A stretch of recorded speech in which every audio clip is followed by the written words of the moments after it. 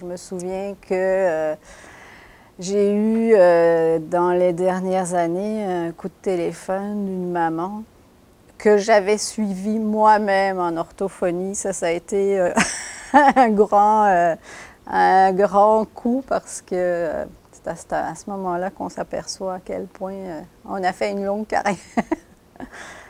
À part ça, je ne sais plus. Je me souviens au début, quand on avait une clinique pédiatrique avec population de tout genre. Je me souviens que Suzanne et moi, on suivait deux petites jumelles qui habitaient ici en face, au-dessus de la pâtisserie.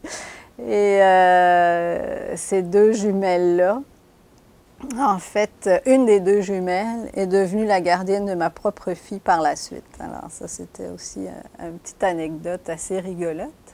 Pour moi, l'image d'une famille au départ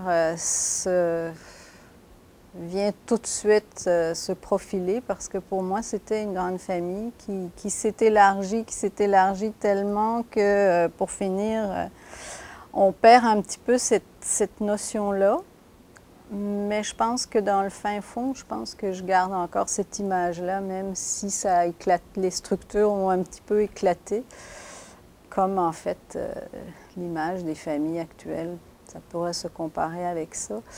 Mais je pense que dans ma tête, ça va toujours rester une grande famille qui a pris une importance énorme pour moi parce qu'en fait, j'étais très éloignée de ma famille et je me souviens qu'à chaque fois que je revenais de vacances chez moi, au retour, j'étais tellement contente d'avoir du monde qui était proche de moi, qui me demandait des nouvelles quasiment de tous les membres de ma famille par leur prénom. Et donc, ça a revêtu le rôle peut-être que jouerait une famille. C'est une famille dans le département d'orthophonie, mais je pense que toute la bâtisse en soi, comme elle avait aussi des proportions très humaines, ça restait une famille quand même.